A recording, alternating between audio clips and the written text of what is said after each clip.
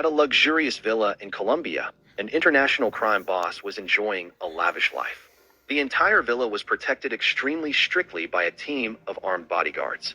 He had a habit of swimming every morning. In the middle of the pool, he suddenly saw his expensive watch fall to the bottom of the swimming pool. He dived down to retrieve it. Just as his hand was about to touch it, a black arm suddenly pulled him down, drowning him.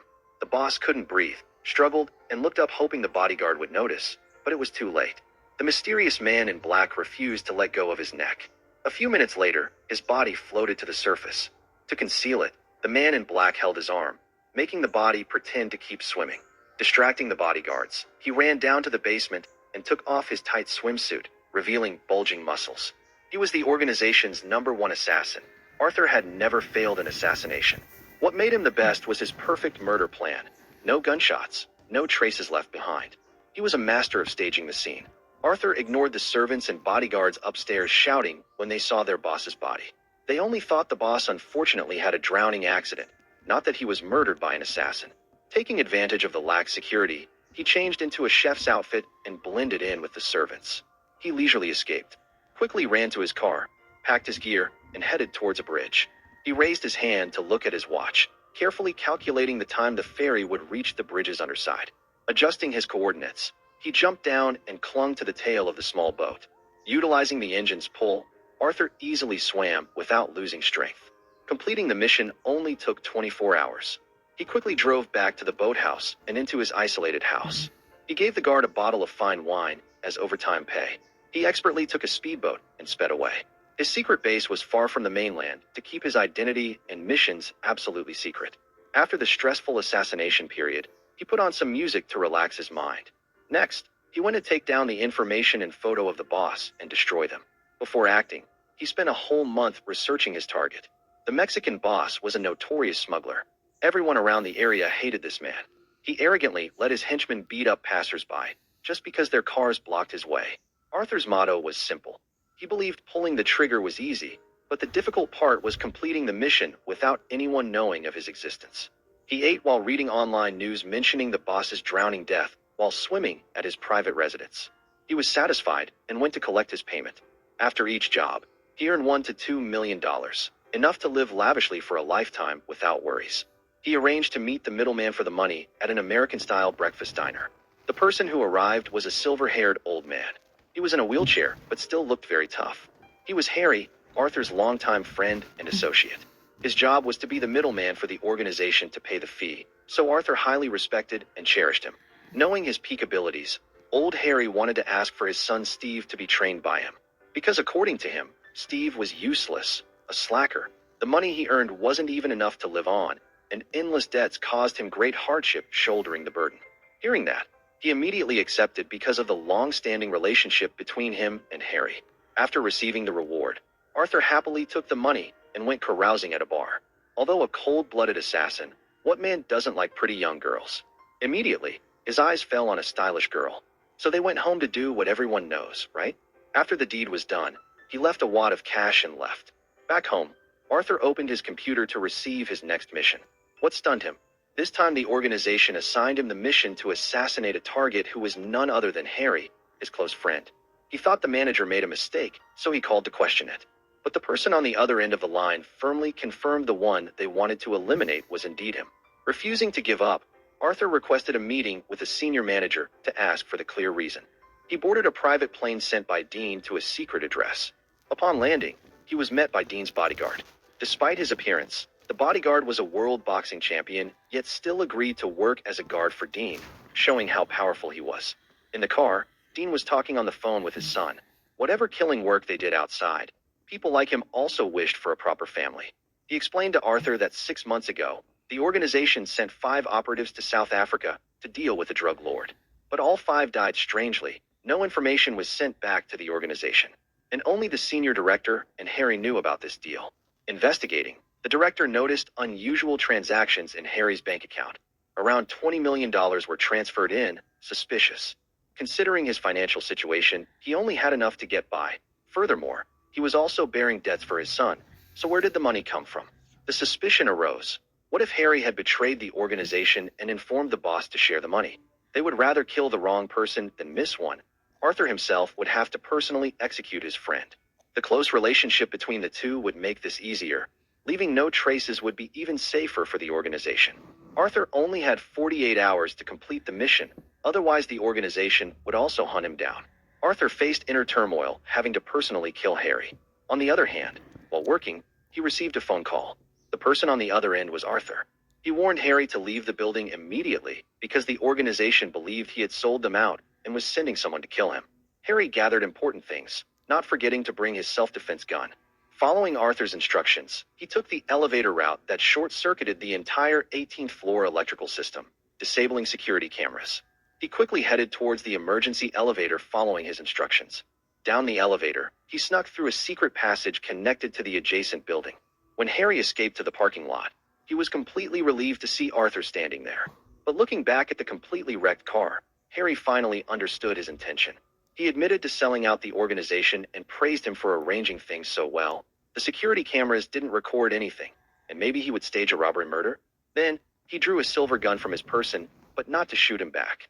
On the contrary, Harry even helped add a few bullets to make the scene of fighting off robbers look more real. He gave him the gun.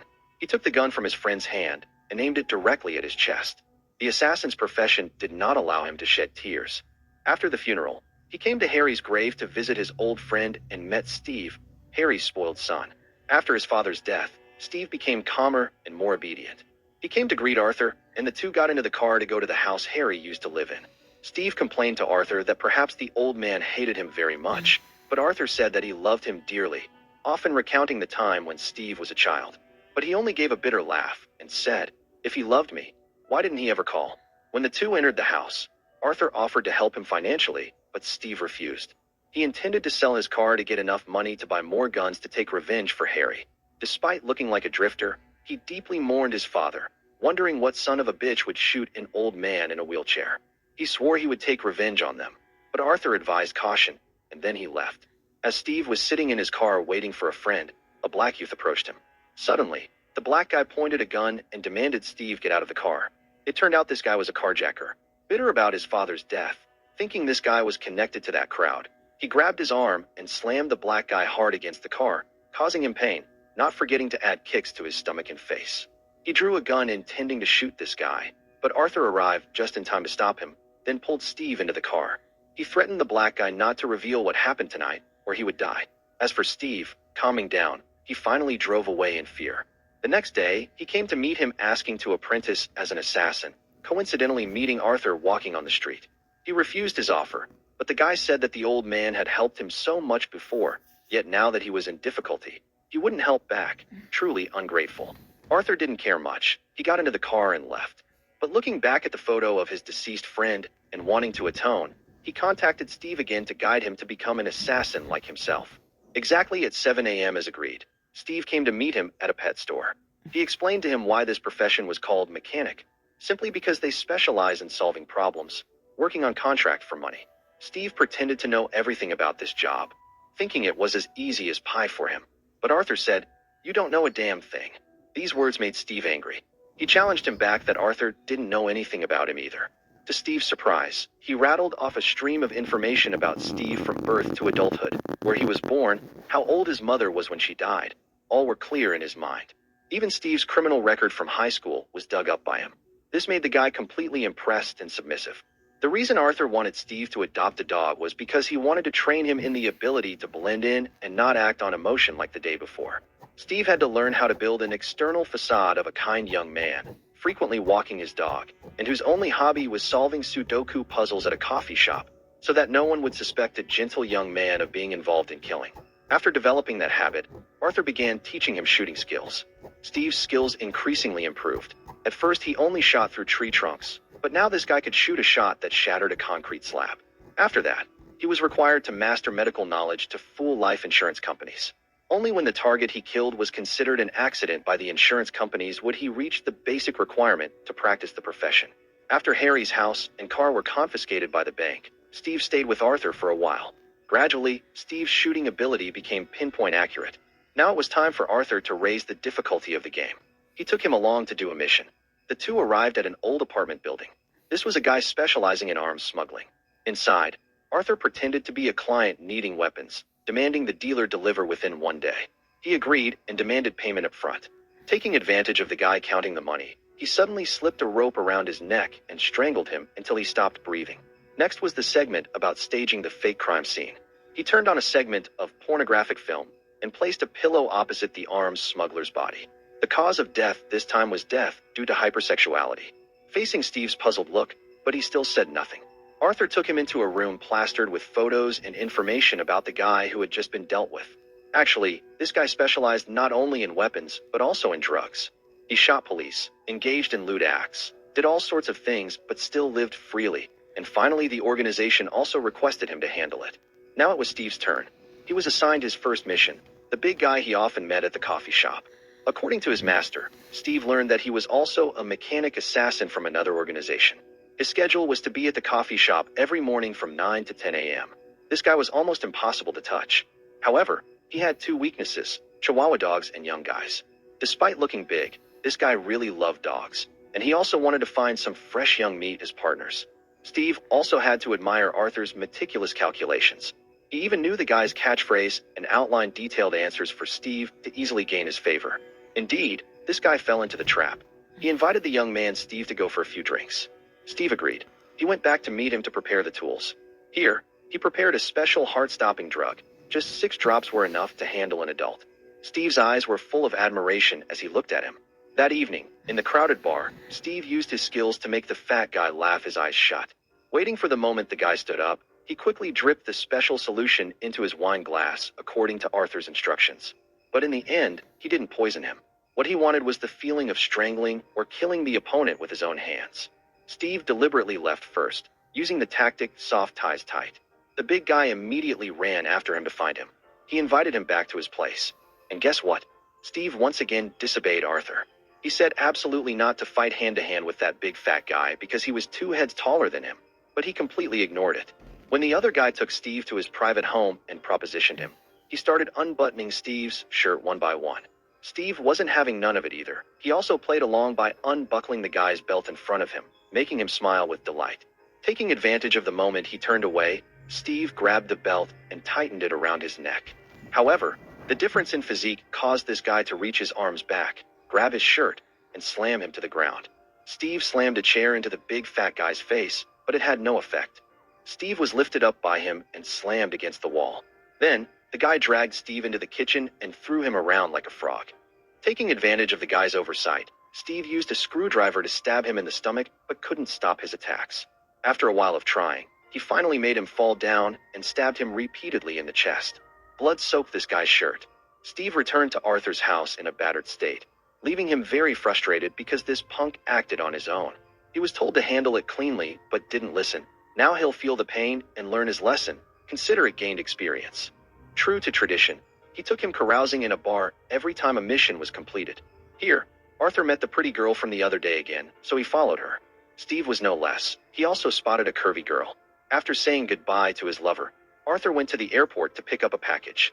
He carefully opened the box. It was the payment the organization paid him after he completed the assassination. At this time, Dean called. He questioned him why he assigned the mission to someone else, and that it wasn't according to the agreement. He firmly stated that he only had an agreement with Harry, not the organization. Except for matters of money.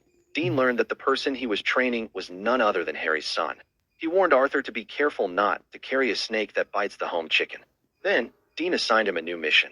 This transaction was very large, so the client requested it be carried out immediately, as soon as possible. He looked at the targets file and replied that he would consider it before accepting. Back home, he analyzed the targets file and pinned it onto a board. Through the video clip, his name was Andrew, 45 years old, self-proclaimed savior. He had raked in millions of dollars from churches and fanatical followers. Steve and Arthur discussed a plan to eliminate him quickly and efficiently. They flew to Chicago, the city where Andrew and his cult were operating. They observed this guy from a distance. It was obvious he was a fraud and was suspected of killing a nun in the cult. 2 weeks earlier, she was seen going with Andrew and then disappeared. Police only found the body 2 weeks ago. Worse was that she had previously said she was pregnant with Andrew's child. That guy had spent $22 million to silence her. As the two were discussing the story, Andrew walked into the room looking very tired, but when someone arrived, he immediately sat up straight, putting on a dignified appearance. Many people were deluded into thinking this guy was the reincarnation of God. They asked for autographs hoping to be blessed, especially this beautiful young disciple. Looking at her, it was obvious she was infatuated with this fraudulent father. They climbed up to the penthouse floor where he lived and installed a series of surveillance cameras. The two expertly climbed to the highest floor and infiltrated inside via the plumbing system. Arthur used his skills to dig a small hole and insert a mini camera to see Andrew's location. They patiently waited for this fat guy to return. Today, he had a private appointment with Frank. This guy was his personal doctor, whose job was to take care of Andrew's health. Through the camera, Steve saw that the liquid Frank injected into Andrew was actually ketamine, a type of anesthetic drug. The problem was that upon encountering adrenaline, ketamine would counteract this drug, causing their plan not to proceed as initially intended. When Steve thought Arthur was telling him to retreat, he reminded the guy to put on gloves. The two walked out and stood in front of Andrew. Taking advantage of the doctor stepping out to take a call, only this fat guy was left in the room at this moment. He was also high on drugs, so he had no ability to resist. Arthur held the fat guy's head, while Steve inserted an endoscope, suffocating him to death. A few seconds after he died, the doctor came back in, saw Andrew dead, and panicked, going insane. If the story of this savior dying was leaked, these guys would lose billions of dollars. While hiding inside the wall, Steve accidentally caused a screw to fall down. It rolled out. Frank ordered his subordinate to check, and he was shot dead by Steve drawing his gun. Seeing that, the henchmen also shot back in resistance. One group chased after the two, another group ran downstairs to block their escape route. Arthur grabbed a bodyguard's gun and threw him against the wall. He broke the glass and ran out onto the rooftop to escape. Steve wasn't doing much better. He was resisting the group of bodyguards with all his might. He was both escaping and looking for Arthur's position. At this moment, he was snatching a gun from another guy, but unfortunately took a kick from him, which almost sent his body falling off the building. But luckily, he turned the tables and threw him down from a height of several hundred meters. Just then Steve found him. Both put on safety ropes and rappelled down. Unfortunately, the rope wasn't long enough. The two were stopped in midair. A bodyguard from above shot at them, but fortunately, they managed to temporarily take refuge in an apartment. Arthur and Steve disguised themselves as a group of guests leaving the building. He didn't forget to tell Steve to falsify information. Then the two separated and went their own ways to avoid being exposed. At the airport, while waiting for Steve to arrive, Arthur met the assassin from the same organization again. It was Sebastian. Remarkably, this guy was presumed dead in South Africa from the incident where Harry sold out the organization, according to what Dean said. To investigate the matter, he secretly followed the guy onto a bus. He didn't beat around the bush and asked, "What reason makes you still alive? The last time I saw you, I saw a bullet wound on your head." He continued to ask, "What about the South Africa incident?" He answered nonchalantly that Dean himself had paid him a huge sum to kill the remaining 4 guys, then fake his death and disappear. It was Dean who was the one who sold out the organization and was discovered by Harry. He intended to expose Dean to the boss, so this entire play was orchestrated by him to frame Harry, in the name of the organization forcing Arthur to kill his friend. Sebastian taunted that he had been painfully tricked, which was why he was so angry. Suddenly, he drew a knife and lunged towards Arthur. Both were professional assassins, so the fight was fierce. He was being choked from behind by him when he took a fire extinguisher pin and stabbed him in the face. Instead of killing him, he threw the guy out onto the street. Just then, a car sped towards him and hit him, killing the guy. Next, he went to find Dean to take revenge for Harry. But before that, he called Steve, learning that he was being held captive by a group of the organization's assassins. Arthur quietly said that there was a gun under the sofa. After hanging up the phone, Steve reached his arm out to grab the gun, attacked the 3 guys and escaped. The two quickly packed their belongings. While retrieving a box of gear in the warehouse, Steve discovered Harry's silver gun among Arthur's equipment. Now, he knew that Arthur was the one who had killed his father. However, he said nothing, simply took the gun and followed Arthur's instructions. On the way, Steve asked him if he ever thought about the people he had killed. He was surprised to be asked so suddenly, but replied that he never had. Steve continued to ask if he had ever killed someone he knew. Arthur also didn't hesitate to answer, yes. When Steve asked if he felt anything different, his eyes were now filled with tears. He replied that at the moment of doing it, no, but afterwards, yes. He did all of this purely for the job, without any personal favor, without any regret or pity. Steve said that anyway, it didn't matter, the target just needed to die and the matter was over. He couldn't reply to that statement. The two went to Finch's house, Dean's subordinate. Steve immediately gave him a shot to the leg as a warning. Arthur didn't even hesitate to drag out the guy's daughter to threaten him. All he needed was Dean's information. Despite his child being used as a threat, Finch did not utter a single word. He dragged the girl to a grinder and issued a final ultimatum. If Finch didn't answer, he would shred the girl's hand. Even at that point, not until blood and flesh flew everywhere, did Finch agree to answer his question. Fortunately, deep down he was still human. He didn't want an innocent person to be harmed because of his work. He used a piece of beef to pretend, in order to force Finch to spill the information he needed. Arthur called Dean to ask about Harry's price. Dean replied it was $50 million, and also offered a sum of $10 million for him to let the matter go. He didn't care at all. Dean said that Harry's death was simply business. Now, he simply put a price so high that every assassin would want to hunt Arthur. But he was one step ahead. He pretended he was inside the building to lure Dean out of his fortress. Both prepared all necessary weapons and began carrying out the plan. He stole a car and tracked Dean through a video camera placed in front of a building. At the same time, Steve, holding a gun, hijacked a bus. As soon as he saw Dean's escort convoy, he floored the gas pedal, rushing out at full speed, crashing straight into the last car. The shootout took place in a flash. Arthur, after shooting down a few guys, climbed onto a garbage truck and chased after Dean's car. They were cut off by Steve at a small alley. The lead car immediately crashed and exploded. Seeing that, Dean immediately told the driver to turn back and escape.